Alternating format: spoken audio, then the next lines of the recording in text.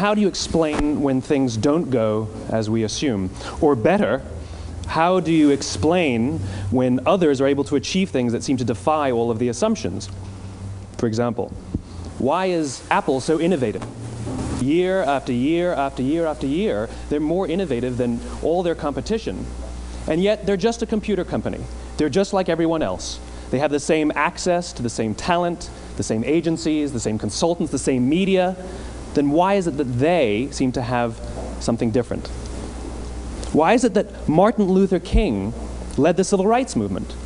He wasn't the only man who suffered in a pre-civil rights America, and he certainly wasn't the only great orator of the day. Why him?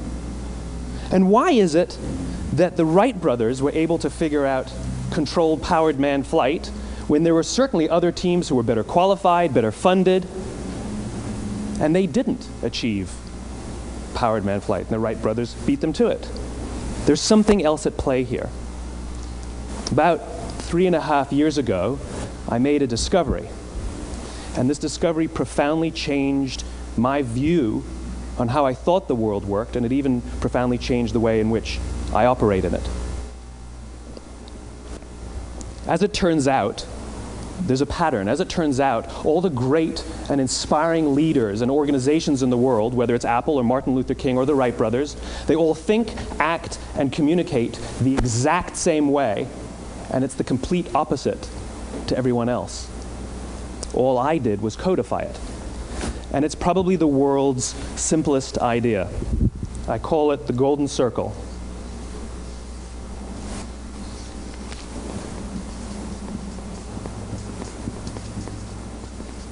Why, how, what? This little idea explains why some organizations and some leaders are able to inspire where others aren't. Let me define the terms really quickly. Every single person, every single organization on the planet knows what they do, 100%. Some know how they do it, whether you call it your differentiating value proposition or your proprietary process or your USP. But very, very few people or organizations know why they do what they do. And by why, I don't mean to make a profit. That's a result. It's always a result. By why, I mean what's your purpose? What's your cause? What's your belief? Why does your organization exist? Why do you get out of bed in the morning? And why should anyone care? Well, as a result, the way we think, the way we act, the way we communicate is from the outside in. It's obvious. We go from the clearest thing to the fuzziest thing. But the inspired leaders and the inspired organizations, regardless of their size, regardless of their industry, all think, act, and communicate from the inside out. Let me give you an example. I use Apple because they're easy to understand and everybody gets it. If Apple were like everyone else, a marketing message from them might sound like this. We make great computers. They're beautifully designed, simple to use, and user-friendly. Want to buy one? Meh. And that's how most of us communicate. That's how most marketing is done, that's how most sales is done, and that's how most of us communicate interpersonally. We say what we do, we say how we're different or how we're better, and we expect some sort of behavior, a purchase, a vote, something like that. Here's our new law firm. We have the best lawyers with the biggest clients. We have, we always perform for our clients, do business with us. Here's our new car. It gets great gas mileage. It has, leather seats. Buy our car. But it's uninspiring. Here's how Apple actually communicates. Everything we do, we believe in challenging the status quo. We believe in thinking differently. The way we challenge the status quo is by making our products beautifully designed, simple to use, and user-friendly. We just happen to make great computers. Want to buy one? Totally different, right? You're ready to buy a computer from me. All I did was reverse the order of the information. What it proves to us is that people don't buy what you do, people buy why you do it. People don't buy what you do, they buy why you do it. This explains why every single person in this room is perfectly comfortable buying a computer from Apple. But we're also perfectly comfortable buying an MP3 player from Apple, or a phone from Apple, or a DVR from Apple. But as I said before, Apple's just a computer company. There's nothing that distinguishes them structurally from any of their competitors. Their competitors are all equally qualified to make all of these products. In fact, they tried. A few years ago, Gateway came out with flat-screen TVs.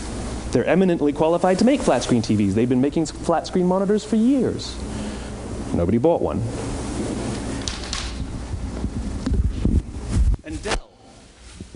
Dell came out with MP3 players and PDAs. And they make great quality products, and they can make perfectly well-designed products, and nobody bought one. In fact, talking about it now, we can't even imagine buying an MP3 player from Dell. Why would you buy an MP3 player from a computer company? But we do it every day. People don't buy what you do, they buy why you do it. The goal is not to do business with everybody who needs what you have. The goal is to do business with people who believe what you believe. Here's the best part. None of what I'm telling you is my opinion. It's all grounded in the tenets of biology, not psychology, biology. If you look at a cross-section of the human brain, looking from the top down, what you see is the human brain is actually broken into 3 major components that correlate perfectly with the golden circle. Our newest brain, our Homo sapien brain, our neocortex, corresponds with the what level. The neocortex is responsible for all of our rational and analytical thought and language. The middle 2 sections make up our limbic brains, and our limbic brains are responsible for all of our feelings, like trust and loyalty. It's also responsible for all human behavior, all decision-making, and it has no capacity for language. In other words, when we communicate from the outside in, yes, people can understand vast amounts of complicated information like features and benefits and facts and figures. It just doesn't drive behavior. When we communicate from the inside out, we're talking directly to the part of the brain that controls behavior, and then we allow people to rationalize it with the tangible things we say and do. This is where gut decisions come from. You know, sometimes you can give somebody all the facts and your figures, and they say, I know what all the facts and details say, but it just doesn't feel right. Why would we use that verb? It doesn't feel right. Because the part of the brain that controls decision-making doesn't control language. And the best we can muster up is, I don't know, it just doesn't feel right. Or sometimes you say you're leading with your heart, or you're leading with your soul. Well, I hate to break it to you, those aren't other body parts controlling your behavior. It's all happening here in your limbic brain, the part of the brain that controls decision-making and not language. But if you don't know why you do what you do, and people respond to why you do what you do, then how will you ever get people to vote for you or buy something from you, or more importantly, be loyal and want to be a part of what it is that you do? Again, the goal is not just to sell people who need what you have. The goal is to sell to people who believe what you believe. The goal is not just to hire people who need a job. It's to hire people who believe what you believe. I always say that, you know, there's, if you hire people just because they can do a job, they'll work for your money. But if you hire people who believe what you believe, they work for you with blood and sweat and tears. And nowhere else is there a better example of this than with the Wright brothers. Most people don't know about Samuel Pierpont Langley. And back in the early 20th century, the pursuit of powered man flight was like the dot-com of the day. Everybody was trying it. And Samuel Pierpont Langley had what we assume to be the recipe for success. I mean, even now, you ask people, why did your product or why did your company fail? And people always give you the same permutation of the same 3 things. Undercapitalized, the wrong people, bad market conditions. It's always the same 3 things. So let's explore that. Samuel Pierpont Langley was given $50,000 by the War Department to figure out this flying machine. Money was no problem. He held a seat at Harvard and worked at the Smithsonian and was extremely well connected. He knew all the big minds of the day. He hired the best minds money could find, and the market conditions were fantastic. The New York Times followed him around everywhere, and everyone was rooting for Langley. And how come we've never heard of Samuel Pierpont Langley? A few hundred miles away in Dayton, Ohio, Orville and Wilbur Wright. They had none of what we consider to be the recipe for success. They had no money. They paid for their dream with the proceeds from their bicycle shop. Not a single person on the Wright brothers' team had a college education, not even Orville or Wilbur. And the New York Times followed them around nowhere.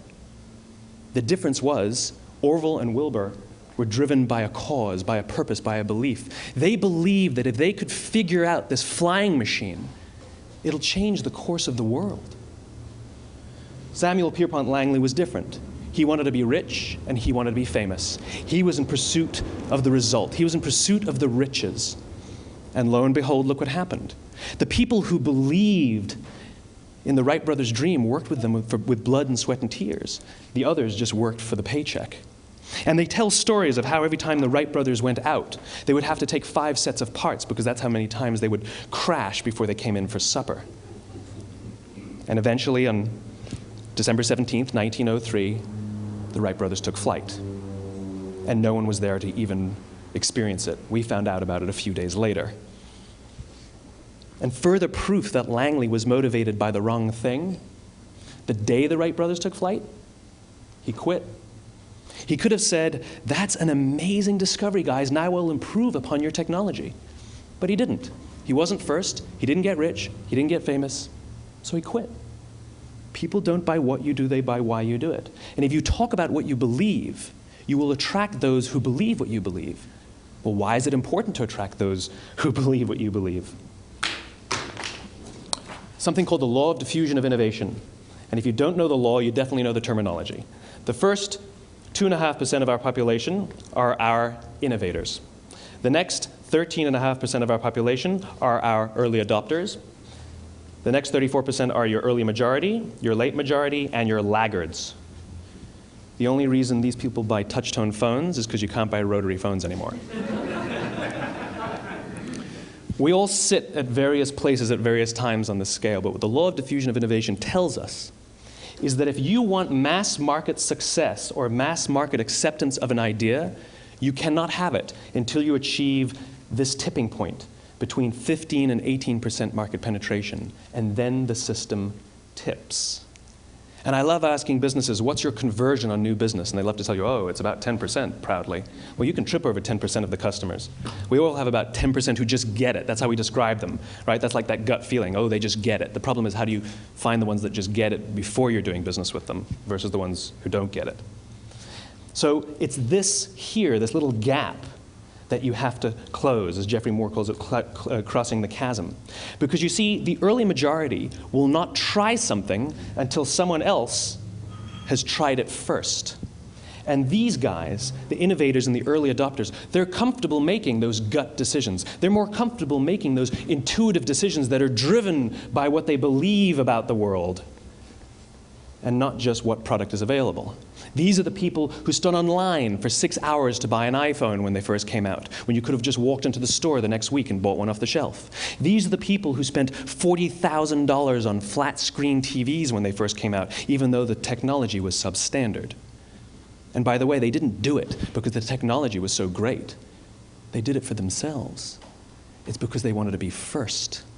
People don't buy what you do, they buy why you do it. And what you do simply proves what you believe. In fact, people will do the things that prove what they believe. The reason that person bought the iPhone in the first 6 hours, or stood in line for 6 hours, was because of what they believed about the world and how they wanted everybody to see them. They were first. People don't buy what you do, they buy why you do it. So let me give you a famous example, a famous failure and a famous success of the law of diffusion of innovation. First, the famous failure. It's a commercial example. As we said before a second ago, the recipe for success is money and the right people and the right marketing conditions, right? You should have success then. Look at TiVo. From the time TiVo came out about 8 or 9 years ago to this current day, they are the single highest quality product on the market.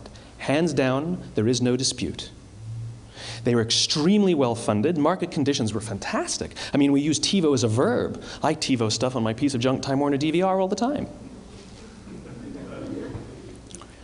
But TiVo is a commercial failure. They've never made money.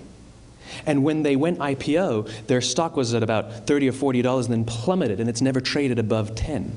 In fact, I don't think it's even traded above 6, except for a couple of little spikes. Because you see, when TiVo launched their product, they told us all what they had. They said, we have a product that pauses live TV, skips commercials, rewinds live TV, and memorizes your viewing habits without you even asking. And the cynical majority said, we don't believe you, we don't need it, we don't like it, you're scaring us. What if they had said, if you're the kind of person who likes to have total control over every aspect of your life, boy, do we have a product for you. It pauses live TV, skips commercials, memorizes your viewing habits, etc., etc. People don't buy what you do, they buy why you do it, and what you do simply serves as the proof of what you believe. Now let me give you a successful example of the law of diffusion of innovation. In the summer of 1963, 250,000 people showed up on the Mall in Washington to hear Dr. King speak. They sent out no invitations, and there was no website to check the date. How do you do that? Well, Dr. King wasn't the only man in America who was a great orator. He wasn't the only man in America who suffered in a pre-civil rights America. In fact, some of his ideas were bad. But he had a gift. He didn't go around telling people what needed to change in America. He went around and told people what he believed. I believe, I believe, I believe, he told people. And people who believed what he believed took his cause and they made it their own, and they told people. And some of those people created structures to get the word out to even more people. And lo and behold, 250,000 people showed up on the right day, on the right time to hear him speak. How many of them showed up for him? 0. They showed up for themselves.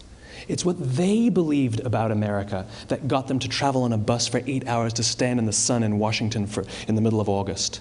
It's what they believed, and it wasn't about black versus white. 25% of the audience was white. Dr. King believed that there are 2 types of laws in this world, those that are made by a higher authority and those that are made by man. And not until all the laws that are made by man are consistent with the laws that are made by the higher authority will we live in a just world. It just so happens that the civil rights movement was the perfect thing to help him bring his cause to life. We followed him not for him, but for ourselves. And by the way, he gave the I have a dream speech, not the I have a plan speech. Listen to politicians now with their comprehensive 12-point plans. They're not inspiring anybody. Because there are leaders and there are those who lead. Leaders hold a position of power or authority, but those who lead inspire us. Whether they're individuals or organizations, we follow those who lead, not because we have to, but because we want to. We follow those who lead, not for them, but for ourselves. And it's those who start with why that have the ability to inspire those around them or find others who inspire them. Thank you very much.